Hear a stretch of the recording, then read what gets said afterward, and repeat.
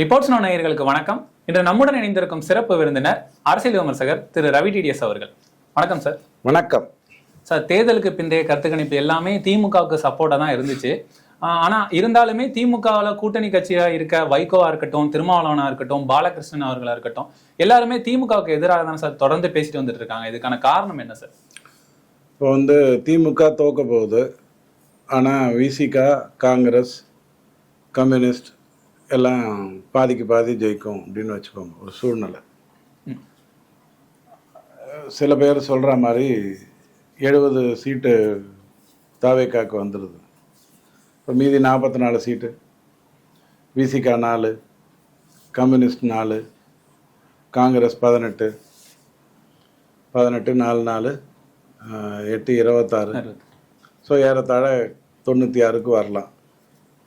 கொஞ்சம் அங்கே இங்கே பிராஞ்சா ஒரு 100 வரைக்கும் வந்துடும்னு வச்சுப்போம். அப்போ மீதி 114 யார் கொண்டு வரணும்? திமுகவோ அல்லது அதிமுக கொண்டு வரணும். திமுக தோக்குதுன்னு வச்சுக்கிட்டா அதிமுகவோட கூட்டணி வைக்கலாம், பிஜேபி இல்லாமல். அல்லது தாவேக்காவோட வச்சுக்கிட்டு நாங்கள் அமைச்சிட்டோம், நீங்கள்லாம் வேணால் வாங்க அப்படின்னு சொல்லிட்டு வெளியிலிருந்து ஆதரவு அப்படிங்கிற மாதிரி ஒரு ஏற்பாடு பண்ணலாம். இப்படியெல்லாம் கணக்கு போடலாம்.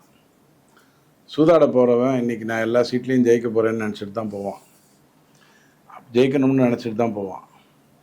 கடைசியில் ரிசல்ட் என்னங்கிறது தான் முக்கியம். சூதாட்டமாக இருக்கிறது தான். அதே மக்களுக்கு நான் பணி செஞ்சேன், மக்களுக்கு நான் தான் ஆல்டர்னேட்டிவ், திமுகவை விரட்ட வேண்டும் என்றால் அங்கே நான் தான் நிரப்பப்பட வேண்டும் அப்படிங்கிறதுக்காக நான் வேலை செஞ்சேன் அப்படின்னா, வரலாற்று ரீதியாக அதிமுகவுக்கும் மத்தியில் இருக்கிறதுனால பிஜேபிக்கும் வன்னியர் சப்போர்ட் இருக்குங்கிறதுனால அன்புமணிக்குமா சேர்ந்து அது காம்பினேஷன் வந்துடுதுங்கிறது தான் சூழ்நிலை. தாவேக்காவை பொறுத்த வரைக்கும் குற்றச்சாட்டு உதயநிதி மேலே தான். உதயநிதி ஒரு திரைப்படம்னா கிட்டத்தட்ட 600 கோடி கருப்பை வெள்ளையாக்கலாங்கிற ஒரு சூழ்நிலையில் விஜய்க்கு அவர் ஒத்துழைக்கலை. விஜய் என்னுடைய திரைப்படம் நான் பார்த்துக்கிறேன் அப்படிங்கிற அடிப்படையில் இருந்ததை விடலை. இதனால தான் இந்த தாவேக்காங்கிற ஒரு மேட்டரே வந்தது. தொடர்ந்து நீங்கள் பார்த்துருப்பீங்க, 6 திரைப்படம் அவரது ஃப்ளாப் ஆனாலும் கருப்பை வெள்ளையாக்கக்கூடிய வேலைகள்லாம் ஒழுங்காக நடந்துருச்சு. இப்போ இந்த சூழ்நிலையில் தாவேக்காவுக்கு ஒரு கனவு இருக்கலாம். திமுகவை யோசிச்சு பாருங்கள், ரொம்ப டேஞ்சரஸ். ஐஎஸ்ஐஎஸ்ஐ விட, தாலிபானை விட ரொம்ப தீவிரமாக ஐஎஸ்ஐஎஸ்ஸாக சுற்றுவான், தாலிபான் அதாவது கொலை பண்ணிடுவான் இல்லை சித்திரவதை பண்ணுவான். இவங்க அப்படி கிடையாது, வச்சு செய்வாங்க.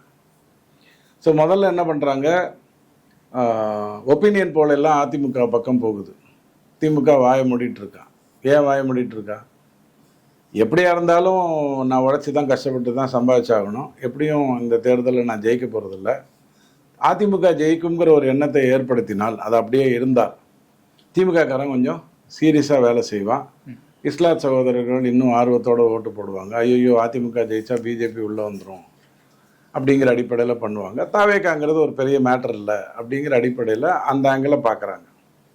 தேர்தல் முடிஞ்ச உடனே இந்தியா பூரா எல்லா நிறுவனமும் ஒரே மாதிரி பதில் சொல்லுது. வெஸ்ட் பெங்காலாக இருக்கட்டும், புதுச்சேரியாக இருக்கட்டும், கேரளாவாக இருக்கட்டும், அல்லது அஸ்ஸாமாக இருக்கட்டும். ஆனால் தமிழ்நாட்டில் மட்டும் வேறுபட்ட கருத்து கொடுக்குது. 3 விதமான கருத்துக்கள் வெளியாயிருக்கு. இந்த 3 விதமான கருத்து கொடுக்கறது ஏன் திமுக என்கரேஜ் பண்ணுது?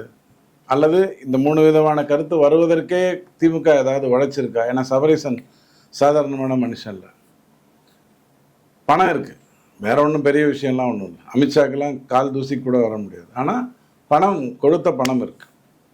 அப்போது அவர் என்ன பண்ணுறாரு, இந்த 4-5 நாள் இந்த இதனால என்ன லாபம்? எக்ஸிட் போலில் ஜெயிச்சிருவேன்னு சொல்கிறதுனால என்ன லாபம்? நாளைக்கு காலைல 11 மணிக்கு விடை தெரிஞ்சிடும். ஆனால் அதுக்கு பின்னாடி பெட்டிங்ஸ்லாம் நிறைய நடக்குது அப்படிங்கிற மாதிரியும். அதுக்கும் ஸ்டாலினுக்கும் சம்பந்தம் இல்லைல்ல. அவர் பெட் பண்ணணும்னா எத்தனையோ விதத்தில் பணம் சம்பாதிக்கலாம். டிஆர்பி ராஜாவெல்லாம் அனுப்பிச்சா வெளிநாட்டிலே எத்தனையோ வெளிநாட்டு பொருளாதாரத்துலலாம் உள்ளே பூந்துக்கிந்து எதை வேணாலும் பண்ணலாம். ஈடிக்கு சேலஞ்சு விடலாம். ஈடி என்ன பண்ணும்? ரைடு பண்ணும். நீதிமன்றம் என்ன பண்ணும்? அமைதியாக விட்டுரும். இப்படிங்கிற மாதிரி ஒரு கேஷுவலான ஒரு விஷயம். அதனால் திமுக ஒன்றும் லாபம் இல்லை. ஆனால் வாக்கு எண்ணுகின்ற இடத்தில் திமுக வெற்றி பெறுங்கிற ஒரு எண்ணம் இருந்தால் 35 தொகுதியில் தமிழ்நாட்டில் 1977 5000க்கு கம்மியான வாக்கில் வரும்னா 35 தான் சொல்ல முடியும். அதுக்கு மேலே பெருசாக வராது. ஒரு 200 லம்பா 10% 20% வாக்கு வித்தியாசத்தில் தான் ஜெயிக்கும். அப்போ இந்த 35 நான் எப்படியாச்சும் பிடிச்சிக்கணும். இந்த 35ங்கிறது இது நாள் வரைக்கும் அதிமுக திமுகன்னு பிரிஞ்சிருக்கும். ஒரு 19, 16, ஒரு 20, 15 அப்படிங்கிற அடிப்படையில் தான் இருக்கும். அந்த 35ஐயும் நான் எடுக்கணும் அப்படின்னா வாக்கு எண்ணுகின்ற இடத்துல இப்போ செந்தில் பாலாஜி எதுக்காக கரூர்லேருந்து 18 பேரை கூப்பிட்டு போகிறாரு? அவங்களுக்கெல்லாம் வேட்பாளர் ஆகிறதுக்கு ட்ரைனிங் கொடுக்கறதுக்கா? இல்லை, அவர் ஒரு இடத்துல இருந்தால் இவங்கெல்லாம் வேட்பாளருங்கிற அடிப்படையில் 18 பேர் இருக்கலாம். வேலையெல்லாம் தாய்மாமன் சத்யராஜ் மாதிரி கவுண்டமணி மாதிரி சத்யராஜுக்கே செய்யலாம். ஆனால் வெளியில் வந்து அவங்க வேட்பாளருங்கிற அடிப்படையில் வருவாங்க. வாக்கு எண்ணுகின்ற இடத்துல செந்தில் பாலாஜியோட 18 பேர் இருப்பாங்க. எப்படி மிரட்டுறது, எப்படி உருட்டுறது, எப்படி ஏமாத்துறது, எப்படி கதை விடுறது, இந்த கதையெல்லாம் பண்ணுறதுக்கு உள்ள ஆள் இருப்பாங்க. வாக்கு என்னும் மையத்துக்குள் ஆள் இருப்பாங்க. இதுதான் அந்த சுயேட்சைங்கிற அடிப்படையில் உள்ள வந்ததுக்கான காரணம். ஸோ வாக்கு எண்ணுகின்ற இடத்துல அந்த 35 சீட்டில் மட்டும் ஒரு 12 ஒரு மணிக்கு 10,000 வாக்குக்குள்ள கம்மியாக வந்து ஏறி இறங்குதுன்னு வச்சுக்கோங்க. 9,000, 10,000, 10,000, 9,000 அப்படின்னு வருதுன்னு வச்சுக்கோங்க. அதில் எதையாவது லைட்டாக நகர்த்தி விட்டுறலாம். கண்ணப்பன் எப்படி சிதம்பரம் கிட்ட தோத்தாரோ, திருமாவளவன் எப்படி சீர்காழியிலையும் அந்த இன்னொரு ஊர்லேயும் ரொம்ப கஷ்டப்பட்டாரோ, 3000 வாக்கு வித்தியாசத்தில் வர்ற மாதிரி கஷ்டப்பட்டாரோ, அந்த மாதிரி இந்த 35 தொகுதியை மாற்றணும்னா உள்ளுக்குள்ளே ஆள் இருக்கணும். இதான் அவங்களுடைய நோக்கம். இது எல்லாத்தையும் ஒரு ஓரம் தள்ளி விட்டுருங்க. திருமாவளவன் நேற்றுக்கு ஒன்று பேசுவார், இன்னைக்கு ஒன்று பேசுவார் இல்லையா? நேற்றுக்கு ஒன்றை பார்த்து நீ பரமக்குடிக்காரன் அப்படின்வார். நாம் என்ன புரிஞ்சுப்போம்?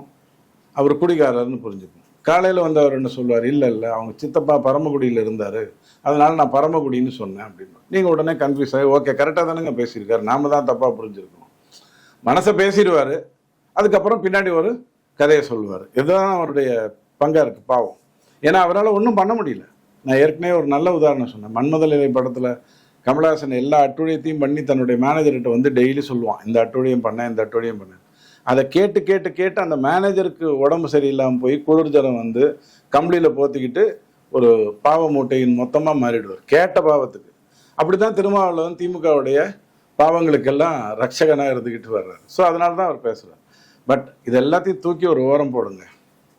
தமிழ்நாடு அப்படின்னு சொன்னால் எஸ்சி எஸ்டியோடைய வாக்கு யார் அள்ள போகிறா? ஓபிசியோடைய வாக்கு யார் எடுக்க போகிறா? முஸ்லீமுடைய கிறித்துவத்துடைய வாக்கு யார் எடுக்க போகிறா? திராவிடியன்னு சொல்லக்கூடிய உங்களுடைய வாக்கு எப்படி யார் எடுக்க போகிறா அப்படின்னு கேட்டால் ஜேவிசி ஸ்ரீராம் உங்களுக்கு ஒரு தகவல் கொடுக்குறாரு. எஸ்சியில் கிட்டத்தட்ட 40% பேர் திமுகவுக்கு தான் ஓட்டு போடுவாங்க. எஸ்டியில் ஒரு 32% பேர் திமுகவுக்கு தான் ஓட்டு போடுவாங்க. இஸ்லாத்தில் 64% பேருக்கு மேலே திமுகவுக்கு தான் ஓட்டு போடுவாங்க அப்படின்ற அடிப்படையில் உங்களுக்கு சொல்கிறார். அப்போ அந்த ஓபிசியும் திராவிடர்களும் இவர்களுடைய வாக்கு யார்கிட்ட போகுங்கிற கேள்வி வருது. தாவேக்கா எடுத்துக்கிட்டீங்க அப்படின்னு சொன்னால் சமமாகவே எல்லா இடத்துலையும் கிறித்துவத்தில் அதிகமாக இருக்கும், இஸ்லாத்தில் கொஞ்சம் கம்மியாக இருக்கும். திராவிடர்கள்னு சொல்லும்போது ரொம்ப கம்மியாக தான் இருக்கும். ஏன்னா அவங்க வந்து விஜய் வந்து ஒரு நடிகராகத்தான் பார்ப்பாங்க. ஆனால் எஸ்சி எஸ்டி அப்படிங்கிறதுல கிட்டத்தட்ட 50% தாவேக்காவால் தூக்க முடியும். அப்படின்னா ரிசல்ட் யார்கிட்ட சார் போகும்? திருமாவளவன் எதிர்பார்க்குற மாதிரி அல்லது மற்றவங்க எதிர்பார்க்குற மாதிரி 3ஆ பிரியும். அப்போ விஜய் முதலமைச்சர் ஆகிறதுக்கான வாய்ப்புகள் வரும். விஜய் திமுக பக்கம் போக மாட்டார்.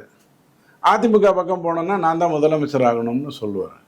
அதை எதுக்கு எடப்பாடி ஏற்றுக்க போகிறார்? இவரை முதலமைச்சர் ஆகிறதுக்கு அவர் பாவம் 86 கட்சியில் சரியான முறையில் உழைச்சிக்கிட்டு இருக்காரு கிடையாது. அப்போது அதிமுகவுக்கு என்ன மாதிரியான எது ஸ்ட்ராங் அப்படின்னு பார்த்தீங்கன்னா, அதிமுக இந்த தேர்தலில் ஓபிசி விஷயத்தில் ரொம்ப ஸ்ட்ராங்காக வேலை செஞ்சது. கேண்டிடேட்ஸ்லேருந்து தேர்ந்தெடுக்கிறதுலேருந்து எல்லாத்தையுமே இந்த ஓபிசிங்கிற அந்த அடிப்படையில் இஸ்லாத் கிறித்துவர் அப்படிங்கிறது இல்லாமல், இந்த பக்கம் எஸ்சி எஸ்டிங்கிறது இல்லாமல் ஓபிசி அப்படிங்கிறதான பிரதானமான பாப்புலேஷன் அவங்க தானே, 60% மேலே அவங்க தானே, அதனுடைய ஏரியாவில் கை வைக்குது. திராவிடர்கள் அப்படின்னு சொல்லக்கூடிய இந்த ஊழலை விரும்பாத ஆனால் மொழி ஆர்வம் உள்ள சாதி மதம்ங்கிற அடிப்படைக்குள்ள இந்துக்களை திட்டும்போது எப்படி வேணாலும் திட்டுவாங்க, ஆனால் மற்றவர்களை அந்த மாதிரியான திராவிடர்கள் இருக்கு. அதில் ஒரு 40% வரைக்கும் அதிமுகவுக்கு வந்துடும். ஸோ அதிமுகவுடைய ஸ்ட்ராங் வந்து திராவிடர்கள், ஓபிசி. திமுகவுடைய ஸ்ட்ராங் வந்து எஸ்சி எஸ்டி, முஸ்லீம். தாவேக்காவுடைய ஸ்ட்ராங் வந்து SC ST, to some extent OBC ஓரளவுக்கு. அண்டு ஓபிசினா அவங்கள பொறுத்த வரைக்கும் கிறிஸ்தவர்கள் மதம் மாறினாலும் கிரிப்டோ கிறிஸ்தவர்கள் இருக்காங்களோ அந்த இடத்துல கை வைக்க வர்றாரு. இதுதான் நாளைக்கு நீங்கள் பார்க்க போகிற பிரதிபலிப்பு. அதில் தான் 125லேருந்து 135 140 சீட்டு உறுதியாக அதிமுக வெற்றி பெறும்னு உங்களுக்கு ஜேவி ஸ்ரீராம் சொல்கிறார். இதை விட ரொம்ப முக்கியம், அவர் பீகாரில் இருக்கும்போது சொன்ன ஒரு விஷயம். அது என்னன்னா, இப்போது முஸ்லீம் அல்லது கிறிஸ்துவர்கள் ஒரு தொகுதியில் வந்து வீக்காக இருக்காங்கன்னு வச்சுக்கோங்க, ஹிந்து ஒருத்தனுக்கு ஒருத்தன் சண்டை போட்டுப்பான்.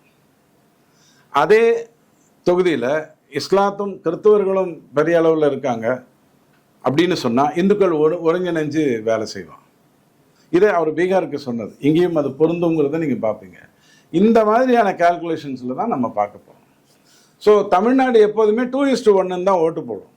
அது பார்டரில் கொண்டு வந்து நிறுத்தாது. இவங்க எல்லாரும் என்ன சொல்கிறாங்க, நாளைக்கு இத்தனை நேரத்துக்கு பாருங்க அப்படியே நெருக்கமாக இருக்கும், 1000 வாக்கு வித்தியாசத்துலலாம் வெற்றி தோல்வி இருக்கும் அப்படின்லாம் சொல்லுவாங்க. அதெல்லாம் வாய்ப்பே கிடையாது. 1977லேருந்து அப்படி நடந்ததில்லை.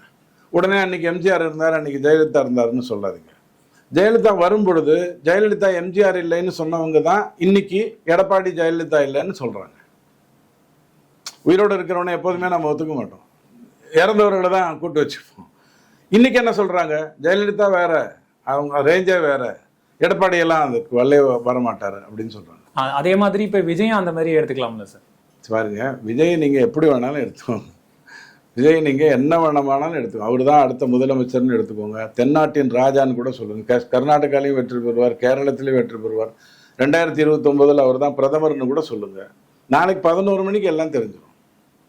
வாக்கு வெளில வந்த உடனே எல்லாமே தெரிஞ்சு போயிடும். என்ன தெரியும் உங்களுக்கு அப்படின்னு சொன்னால், ஒரு 20% வாக்கை வைத்துக்கொண்டு ஒரு தொகுதியை கூட வெற்றி. நாத்தாக்காவுக்கும் பிசிகாவுக்கும் ஒரு வித்தியாசம் என்னென்னா, நாத்தாக்கா ஓட்டு போடணும்னு ஒருத்தர் சொன்னால் 4 பேர் விஜய்க்கு ஓட்டு போடணும்னு சொல்கிறாங்க. இவங்க 2 பேரும் சேர்ந்தா 5 தானே, இவங்க 2 பேரும் சேர்ந்தா 5 தானே, மீதி இருக்கிற 85, மீதி இருக்கிற 60 அது அதிமுக திமுக தானே, அதில் ஒன்று மாற்று கருத்து இல்லையே. இதைத்தான் நாம் திரும்ப எடுத்து சொல்கிறோம். மேற்கு வங்கத்தில் ஆல்ரெடி இது வரைக்கும் 2 கட்ட தேர்தல் முடிவடைந்துச்சு. அதுலேயுமே வந்து முறைகேடுகள் நடந்துருந்துச்சு அப்படின்னு சொல்லிட்டு 15 வாக்குச்சாவடிகளில் திருப்பி தேர்தல் நடக்கப்பட்டுச்சு. ஆனால் அதுலேயுமே இன்னும் முறைகேடுகள் நடந்திருக்கு அப்படின்னு சொல்லிட்டு பாட்னா அப்படிங்கிற இடத்துல வந்து திருப்பி 285 வாக்குச்சாவடிகள்லையுமே வந்து மே 21 வந்து தேர்தல் வந்து திருப்பி வைக்கப்படும் அப்படிங்கிற மாதிரி தெரிவிச்சிருக்காங்க. இது மாதிரி தொடர்ந்து நடந்துட்டு இருக்கிறது என்ன சார் காரணம்? இல்லை, வெஸ்ட் பெங்காலுங்கிறது வந்து ஒரு காட்டாட்சி நடந்துட்டு இருக்கிற ஒரு இடம். காட்டாட்சின்னா உடனே மமதா ஒரு ஹிட்லரு, ஜோதி பாசு வந்து ஒரு டைசனு அப்படின்லாம் பார்க்கறது இல்லை. அந்த அந்த பங்களாதேஷ்லேருந்து வந்து ஆக்கிரமித்து இந்துக்களை விரட்டி அடிக்கிற வேலைங்கிறது வந்து அங்கே நடந்து கொண்டிருக்கு. பெண்களுக்கு வந்து போகப் பொருளாக பார்க்கறதுங்கிறது அங்கே நடந்து கொண்டிருக்கு. பெண்கள்ங்கிறது வெறுமை அடுப்பு ஊதுவதற்காக மட்டும் அப்படின்னு நினைக்கக்கூடிய அந்த பங்களாதேஷி மக்கள் அங்கே வந்து வியாபிச்சிருக்காங்க. ஆனால் பெங்காலில் வந்து பெண்களுக்குன்னு ஒரு மரியாதை உண்டு. நான் பலமுறை சொல்லியிருக்கேன், இந்து தர்மத்தில் சனாதனத்தில் ஒரு அக்னியை ஒரு பெண் எடுத்து கொடுத்தா தான் அந்த யாகமே நடைபெறும். அப்படித்தான் நாம் ஹிந்துவில் வளர்ந்துருக்கோம். ஆனால் அப்படியான சூழ்நிலை அங்கே இல்லை. ஸோ ஒரு பக்கம் பெண்கள் பலவீனமாக இருக்காங்க, மெஜாரிட்டி என்று நினைக்கக்கூடிய இந்துக்கள் அங்கே இதில் கஷ்டப்படுறாங்க. பங்களாதேஷ்லேருந்து வந்த இந்திய முஸ்லீம்கள், பங்களாதேஷ்லேருந்து வந்த இஸ்லாத் சகோதரர்கள் வந்து அந்த இடத்துல காட்டாட்சியை பண்ணுறாங்க. இது யதார்த்தம். அதனால தான் ஆர்.என். ரவி இங்கேருந்து தூக்கி கொண்டு போய் அங்கே அனுப்பியிருக்கோம், பார்த்துக்கோங்க அப்படிங்கிற மாதிரி அனுப்பியிருக்கோம். எவ்வளவு கெத்து இருந்தா மமதா ஒரு ஒரு ஓட்டிங் மிஷினில் பிஜேபி இருக்கிற இடத்துல டேப்பை ஒட்டிட்டு ஓட்டு போட சொல்கிறாங்க, அந்த இடத்துல அமுத்த முடியாது அப்படிங்கிற அளவில் பண்ணுறாங்க. இது எங்கே நடக்குது? எல்லாம் பார்த்தா வெளியில் தேர்தல் நடந்துட்டு இருக்கிற மாதிரி தெரியும், உள்ளுக்குள்ளே போய் அந்த பாக்ஸு கிட்ட போனால் தான் அந்த டேப் ஒட்டின்னு இருக்கிறது தெரியும். ஸோ கன்ஃபியூஸ் பண்ணுறது மக்களை. இதெல்லாம் நடந்த ஒரு விஷயம். அதனால தான் அந்த இடத்துலலாம் ரீபோலிங்கிறது வருது. ரீபோலிங்காக இருந்தாலும் திருப்பி மக்கள் போட்டு தானே வரப்போகுது. உதாரணத்துக்கு 2019 ஒரு 4 தொகுதி நம்ம வந்து கவுண்டர்மேன் பண்ணி, அரவக்குறிச்சி அதெல்லாம் கவுண்டர்மேன் பண்ணி தான் நம்ம தேர்தல், வேலூர் அதெல்லாம் கவுண்டர்மேன் பண்ணி தான் தேர்தல் நடத்தினோம். அதனால என்னாச்சு, ரிசல்ட் ஏதாவது டோட்டலாக மாறிச்சா? அதே தான் வரப்போகுது. ஆனால் நேர்மையாக நடக்கணும்னு ஒன்று இருக்குல்ல. இப்போ இந்த தேர்தல் முடிந்தாலும் குறைஞ்சது ஒரு மாதத்துக்கு ஒரு மிகப்பெரிய கமாண்டோ ஃபோர்ஸ் அங்கே அனுப்பி எங்க கல்கட்டாலேயே தங்க வச்சு, வெஸ்ட் பெங்கால்லேயே தங்க வச்சு இந்த காட்டுவாசிகளை எல்லாம் விரட்டி அடிச்சுட்டா தான் நீங்கள் அங்கே திருப்பி ஒரு மனிதனாக வாழ முடியுங்கிற ஒரு சூழ்நிலை. அதோட பிரதிபலிப்பு தான் என்னமோ வந்து பாஜக ஜெயிக்கும் அப்படிங்கிற மாதிரி கருத்து கணிப்பெல்லாம் வெளியாகிறது ஒரு காரணம். பாஜக ஜெயிக்குங்கிறதுக்கும் இதுக்கும் சம்பந்தம் இல்லை. இது இப்படி இருக்கிறதுனால பாஜக பலவீனமாக இருந்த வரைக்கும் ஜெயிக்க முடியல. இன்னைக்கு பலவீனம் இல்லை அப்படிங்கிற ஒரு நிலைமையில 3வது முறை அவர் மோடி பிரதமர் ஆனதுக்கு அப்புறம் வெஸ்ட் பெங்கால்ல மோடியை பார்க்கிற விதமே வேற விதமா ஆயிடுச்சு. குறிப்பா இந்துக்களுக்கு அல்லது சாத்வீகம் விரும்புகின்ற இஸ்லாத் சகோதரர்களுக்கு, சாத்வீகம் விரும்புகின்ற கிறிஸ்துவர்களுக்கு அது தெளிவா இருக்கு. அதனால தான் அங்க வந்து பிஜேபி ஜெயிக்க போதே ஒழிய காட்டாட்சி அதாவது என்ன சொல்றது, இந்த மாதிரியான வன்முறைகள் நடக்கிறதுங்கிறதுனால பிஜேபி வரப்போகுதுன்றது அர்த்தம் இல்லை. ரெண்டும் வேற வேற ஸ்டாண்ட்ஸ். நாளைக்கு 5 மாநிலங்களுக்கான தேர்தல் முடிவுகள் வந்து என்ன வாக்குகள் என்ன படிக்கிறது, யாருக்கு சாதகமா அமையும்? அசாம் பொறுத்த வரைக்கும் 3வது முறை பிஜேபி வரப்போறதுல மாற்று கருத்து இல்லை. கேரளத்துல புத்திசாலித்தனமா அவங்க வழக்கம் போல மாத்தி மாத்தி ஓட்டு போடுவாங்க. போன வாட்டி ஏதோ தப்பாகி போச்சு, இங்கி பிக்கி பாட்டு போடு கொஞ்சம் தப்பு பண்ணிட்டாங்கன்னு நினைக்கிறேன். எல்லாரும் திருப்பி கம்யூனிஸ்டுக்காக ஓட்டு போடும். இந்த வாட்டி அப்படி இல்லாமல் காங்கிரஸ் வரப்போகுது. வெஸ்ட் பெங்கால்ல கடுமையான ஒரு விஷயம், இங்க திமுகங்கிற ஒரு பிரிவினவாத சக்தியோட இணைஞ்சிருக்கக்கூடிய ஒரு கட்சி, ஊழல ஊதி தெளித்த ஒரு கட்சியை அகற்றுவது எவ்வளவு கஷ்டமோ, அதுவும் 3 தேர்தலில் அவங்க வெற்றி பெற்றிருக்கும் போது 19, 21, 24 வெற்றி பெற்றிருக்கும் போது எவ்வளவு கஷ்டமோ, அதை விட 3 பங்கு கஷ்டம் வெஸ்ட் பெங்காலில் வந்து மமதாவை வந்து எதிர்கட்சியாக உட்கார வைக்கிறது. ஸோ மிகப்பெரிய போராட்டத்தில் தான் வெஸ்ட் பெங்காலில் வந்து வெற்றி தோல்விங்கிறது தெரியும். நீங்கள் பார்த்தீங்கன்னா கிட்டத்தட்ட நாளைக்கு ஒரு 1 மணி ஆகிடும் வெஸ்ட் பெங்கால்ல இருந்து தகவல் வர்றது, கரெக்டாக வர்றதுங்கிறதுக்கு வந்து, அதாவது பெல் அடிக்க ஆரம்பிச்சிருவாங்க, அதில் ஒன்றும் மாற்றுக்கிறது இல்லை. ஒரு ப்ரூஃப் இவ்வளோன்றது வர்றதுக்கு ஒரு 1 மணி ஆகிடும். ஆனால் தமிழ்நாட்டில் அப்படி இருக்காது. நீங்கள் 11, 11:30 மணிக்கு உங்களால் கெஸ் பண்ணிட முடியும். எங்களோட இணைந்து பல்வேறு கருத்துக்களை பகிர்ந்ததற்கு நன்றி சார்.